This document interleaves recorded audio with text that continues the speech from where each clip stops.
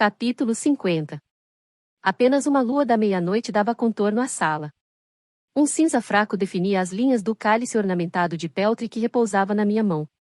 Coloquei-o de volta no armário antigo, junto com outras lembranças de anos de serviço. Um medalhão da Islândia, uma concha dourada do mar de Igitos, um urso esculpido de jade de Gastineus. Símbolos únicos de todos os reinos do continente, exceto, é claro, Venda, com o qual não havia qualquer relação diplomática. Os deveres do vice-regente como cônsul levavam-no a muitas e longas viagens. Eu não havia visto o homem reclamar disso, mas o prazer que ele expressava ao voltar para casa dizia muito sobre os infortúnios de suas viagens. Fechei a porta do armário e sentei-me em uma cadeira no canto. Esperando. A escuridão oferecia um conforto quieto. Eu quase conseguia me esquecer de onde estava, exceto pela espada que jazia em meu colo. Eu estava ficando sem opções.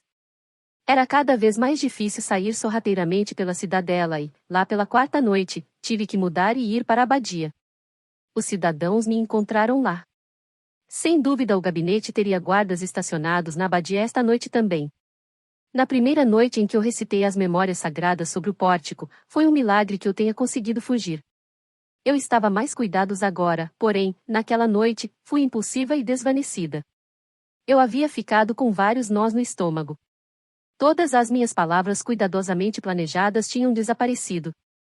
Depois de ver a minha mãe com o erudito real, o pesar me cortara como se fosse uma faca afiada, retalhando tudo pelo que eu havia esperado, uma reunião cheia de lágrimas.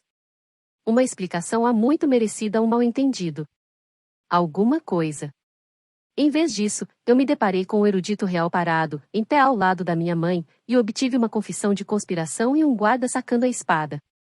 30 loucos segundos com ela se tornaram uma traição da pior espécie, e a coisa mais dolorosa e que me deixava mais perplexa era que eu ainda sofria por ela. Ouvi passadas na câmara externa. Ajustei a minha mão na espada. Eu nada tinha a perder com esse encontro e talvez tivesse algo a ganhar, mesmo que fosse pouco. Eu já tinha feito buscas nos escritórios do chanceler e do erudito real, na esperança de encontrar algum tipo de evidência. Uma carta. Qualquer coisa. Estes aposentos estavam limpos e ordenados de forma suspeita, como se buscas já tivessem sido realizadas neles e como se tivessem sido esvaziados de qualquer objeto incriminador. Procurei até mesmo nas cinzas das lareiras, sabendo que essa era a forma como eles tentaram fazer com que as coisas desaparecessem no passado, e encontrei pequenos pedaços de papéis tostados, mas nada além disso. O escritório do vice-regente estava entulhado, e sua escrivaninha era um oceano de papéis que clamavam pela sua atenção, além de uma carta quase terminada para o ministro do Comércio e algumas recomendações para serem assinadas e seladas por ele. Nada havia sido buscado ali. As passadas foram se aproximando, e a porta do escritório se abriu, com um triângulo amarelo iluminando brevemente o chão à frente, até que foi fechada novamente. Ele cruzou a sala com passadas leves, e um aroma suave entrou com ele. Seria a colônia? Eu havia me esquecido dos cheiros perfumados e mimados da corte. Em Venda, o conselho, na maior parte do tempo, cheirava a suor e cerveja. Ouvi o amo mover ruidoso da cadeira altamente estofada enquanto ele se sentava, e então o homem acendeu uma vela. Ele ainda não tinha me visto. Olá, Lorde Vice-Regente. Ele ficou alarmado e começou a se levantar. Não, e falei, baixinho, mas com firmeza. Não faça isso. Avancei na luz para que ele pudesse ver a espada casualmente repousada no meu ombro. Ele olhou para a arma e voltou ao seu lugar, dizendo, simplesmente: Arabella. A expressão dele era solene, mas a voz estava baixa e uniforme, desprovida de pânico, exatamente como pensei que seria. O guardião do tempo estaria rodando em círculos e gritando a essa altura, mas o vice-regente não era propenso à histeria como outros membros do gabinete. Ele nunca estava com pressa. Me sentei na cadeira em frente à dele. Você vai apontar essa coisa para mim o tempo todo? Ele perguntou. Ela não está apontada. Acredite em mim, se estivesse, você saberia e sentiria. Na verdade, estou lhe proporcionando um pouco de dignidade. Sempre gostei mais de você do que dos outros membros do gabinete, mas isso não quer dizer que você não seja um deles. Um deles, Arabella? Tentei medir a inocência da resposta dele. Neste momento, não importava se ele alguma vez tivesse sido bondoso comigo. Eu odiava o fato de que não poderia me arriscar nem mesmo uma vez que fosse em ser bondosa. Eu não poderia confiar em ninguém. Você é um traidor, vice-regente? Perguntei a ele. Como o chanceler e o erudito real. Não sei ao certo do que você está falando. De traição, Lorde Vice-Regente. Traição nos mais altos níveis. Acho que o chanceler ficou cansado das bugigangas nos seus dedos. E vá saber o que o erudito real ganhava com isso. Uma coisa que aprendi com o nosso querido comissário é que tudo se resume a poder e a uma fome insaciável por ele. Contei ao vice-regente sobre os eruditos murrigueses em venda, ajudando o comissário a armar e a formar um exército colossal. Enquanto eu explicava essas coisas a ele, eu observava com cuidado os seus olhos, a sua face, as suas mãos. Tudo o que eu via ali era surpresa, descrença e possivelmente um certo nível de medo, como se eu fosse insana. Quando terminei, ele se sentou relaxado na cadeira, balançando a cabeça levemente, ainda absorvendo tudo o que eu havia dito. Um exército bárbaro. Eruditos em venda? Essas são alegações um tanto quanto fantásticas, Arabella.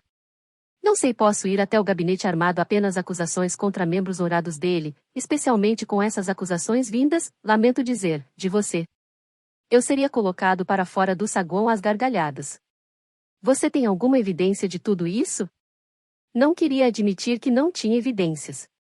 Pensei em Caden, que na verdade havia visto o exército, nos eruditos nas cavernas, e intimamente eu sabia dos planos do comissário, mas a palavra de um assassino vendano seria tão risível quanto a minha. Pode ser que eu tenha, respondi.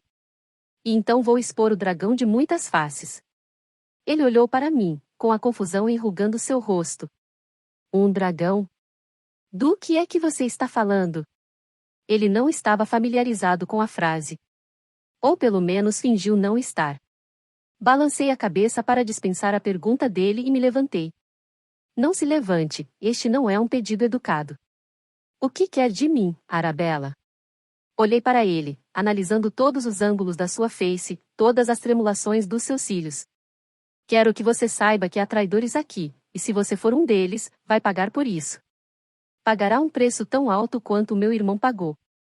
Não fui eu quem o matou. Foram aqueles tolos que conspiram com o comissário. Ele franziu o rosto. Os tolos conspiradores de novo. Se eles existem, como está dizendo, eles conseguiram esconder isso de mim, então talvez não sejam tão tolos quanto você pensa. Acredite em mim, falei, eles não são nem metade tão sagazes quanto o comissário, nem metade tão inteligentes. Eles são tolos de acreditarem que o comissário manteria qualquer acordo que tivessem feito com ele. O comissário não partilha nada, menos ainda o poder. Eles nunca verão o que quer que ele tenha prometido, e acho que pode ser o trono de Morriga. Uma vez que o comissário estiver usado para os propósitos dele, eles estarão acabados. E o mesmo acontecerá conosco. Eu me virei para ir embora, mas ele rapidamente se inclinou para a frente, com a luz da vela iluminando uma mecha loira solta dos seus cabelos que caíam sobre a testa. Seus olhos estavam sinceros. Espere. Por favor, Arabella, fique. Deixe-me ajudá-la. Eu sinto muito por não ter defendido você mais vigorosamente. Também cometi erros, no passado. Erros de que me arrependo. Ele se levantou. Eu tenho certeza de que podemos resolver isso se... Não, e falei, erguendo a espada. O cheiro pairava no ar de novo, uma onda de um aroma tão fraco que mal estava lá, mas aquilo me inquietava de um jeito profundo e distante. Era Jasmim. O pensamento foi se escavando mais a fundo. Jasmim. Na mesma respiração, vi um garotinho agarrando-se às calças do pai, implorando para ficar. Sabão de Jasmim. Senti um solavanco com o choque do impossível. Olhei boquiaberta para o vice-regente, encarando-o como se o estivesse encontrando pela primeira vez. Seus cabelos de um loiro branco. Seus calmos olhos castanhos. O suave tremor da sua voz flutuando pela minha cabeça. E então outra voz de timbre similar. Eu era um filho bastardo de um lorde de nascimento nobre. Minha respiração ficou congelada nos pulmões. Como eu nunca tinha percebido aquilo antes. Nunca tinha ouvido aquilo antes. O vice-regente era o pai de Caden, um homem tão cruel quanto o comissário, que batia no filho e que o vendera por um cobre. Ele me fitou, esperando, esperançoso. Mas será que era um traidor? Também cometi erros no passado, erros de que me arrependo. A preocupação passou em um lampejo pelos olhos dele. Seria preocupação comigo? Ou preocupação porque eu descobrira o seu segredo? Porque eu algum dia confiaria em um homem que jogou o próprio filho de 8 anos de idade fora como se fosse lixo? Ele arregalou os olhos. Caden. Caden está vivo? Sim, vivo e ainda marcado por cicatrizes.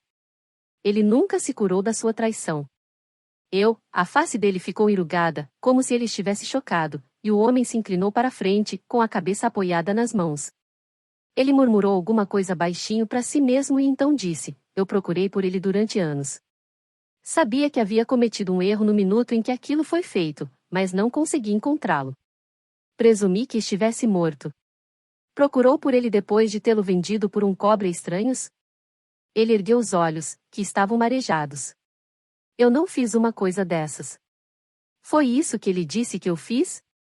Ele voltou a se reclinar na cadeira, parecendo fraco e exausto. Eu não ficaria surpreso com isso. Ele era a urna criança que estava sofrendo com o luto, que acabará de perder a mãe. Eu quis voltar atrás naquela decisão uma centena de vezes, mas também estava sofrendo com o luto. E que decisão foi essa? Ele apertou os olhos e os fechou, como se uma dolorosa lembrança o atormentasse. Eu estava preso em um casamento sem amor. Eu não pretendia que o meu caso com Katharine acontecesse, mas acabou acontecendo. Minha esposa tolerava o arranjo porque ela não tinha nenhum uso para mim e porque Katharine era boa para os nossos filhos, porém, depois que ela morreu, minha esposa não queria ver Caden. Quando tentei mudá-lo para dentro da nossa casa, ela deu urna surra nele, em um rompante de fúria. Eu não sabia mais o que fazer. Para o próprio bem dele, entrei em contato com o único parente de Katharine, um tio distante que concordou em recebê-lo e ficar com ele.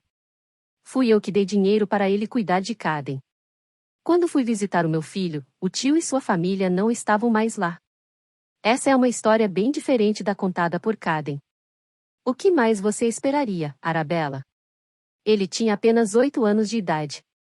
Em poucos dias, o mundo dele virara de cabeça para baixo, sua mãe morrera e seu pai o enviará para morar com estranhos. Onde ele está? Aqui? Mesmo se eu soubesse onde Caden estava, não revelaria isso ao vice-regente. Não ainda. Da última vez em que o vi, ele estava em venda, ele era um cúmplice do comisar. A descrença reluzia nos olhos dele, e saí dali antes que o homem pudesse me fazer mais uma pergunta.